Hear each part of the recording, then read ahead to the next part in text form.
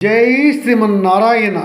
మనం ఈరోజు ధర్మపదం గ్రంథములోని చాప్టర్ 5 విభాగము 55 భీష్ముల వారు ధర్మరాజుకు చెప్పినటువంటి వర్ణాశ్రమ ధర్మములు అమలు వాటి తెరంగు ఏమిటో చూద్దాం.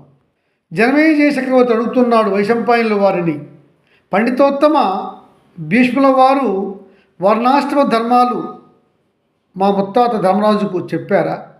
చెప్పి ఉంటే ఆ వర్ణాశ్రమ ధర్మాలు ఏవి, వాటి తెరంగు ఏమిటి చెప్పండి, వింటాను, కోరికగా ఉన్నది అని అడిగాడు.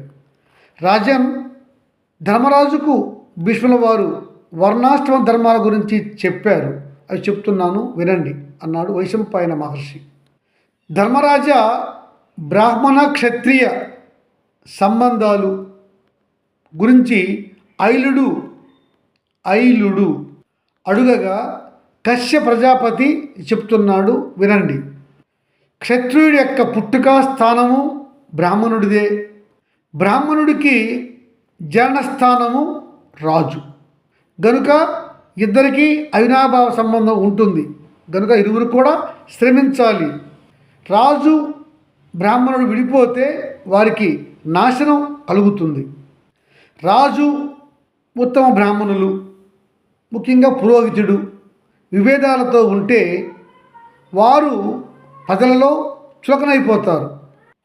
అందువల్ల రాజు బ్రాహ్మణుడు ఇద్దరు కూడా శివుడి ముందు దోషులవుతారు. రుద్రుడికి కోపం కలుగుతుంది. ఇట్టి ధర్మాలు కృతయుగములో, త్రేతాయుగములో, ద్వాపరంలో ఉన్నట్లుగా మనకి తెలుస్తుంది. పుట్టుకతో వచ్చిన బ్రాహ్మణత్వం గాక అతడికి ప్రవర్తనలోనూ, విద్య నేర్చుకోవడంలోనూ, ధర్మంగా జీవించడంలోనూ వచ్చిన గుణాల వల్ల అతడు ఉత్తమ బ్రాహ్మణుడు అవుతున్నాడు. అట్టి బ్రాహ్మణులను రాజు తప్పక గౌరవించాలి. అలా ఉత్తమ బ్రాహ్మణుల యొక్క సారథ్యం తీసుకుంటూ వారి సహాయ సహకారాలతో రాజు పరిపాలన చేస్తే రాజుకు ఉత్తమ ఫలితాలు వస్తాయి. రాజుకు పురోహితునికి ఉండే సంబంధాల గురించి ముచుకుందుడు అడగగా కుబేరుడు చెప్పాడు. ముచుకుందుడు కుబేరుడు ముచుకుందుడికి కూడా ఈ ధర్మాలు చెప్పుకున్నారు. ఆ సంఘటన వినండి, చెప్తాను. పూర్వము ముచుకుంద కుబేర యుద్ధం జరిగింది. ఈ యుద్ధంలో ముచుకుందుడికి ముహూర్తం పెట్టినటువంటి పురోహితుడిని ముచుకుందుడు నిందించాడు.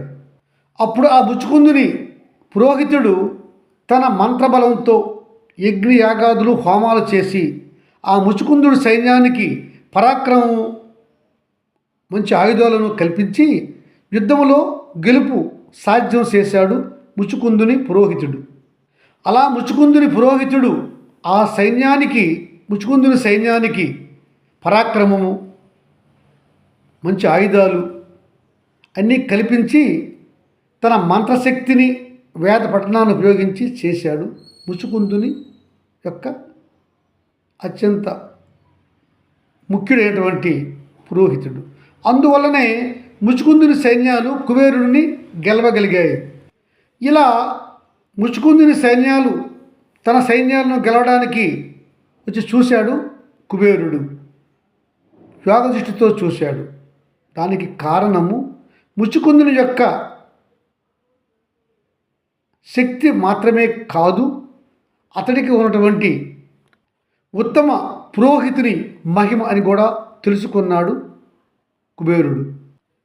అప్పుడు ముచుకుందుడితో అంటున్నాడు, ఓ ముచుకుందు మహారాజా, ఈ గెలుపు నీ శక్తి వల్ల కాదు, ఈ గెలుపు నీ ఉత్తమ పురోహితుని వల్ల జరిగినది అని అన్నాడు ముచుకుందుడితో కుబేరుడు.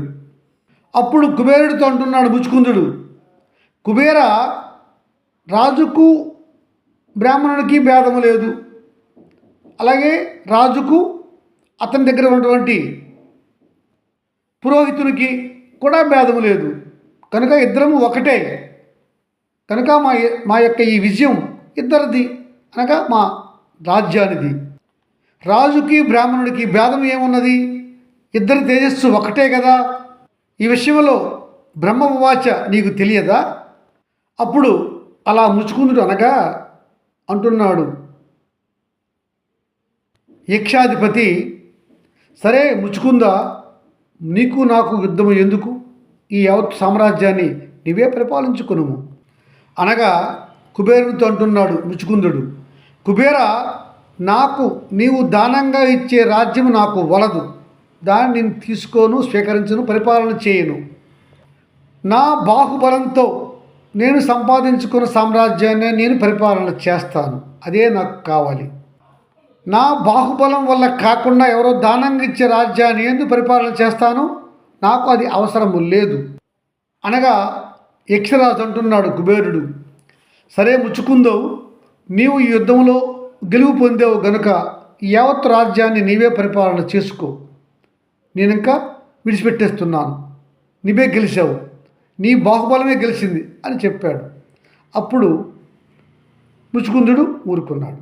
అంటే ఈ ధర్మము ఆనాటి ధర్మంగా మనం గుర్తించాలి. జై శ్రీమన్నారాయణ.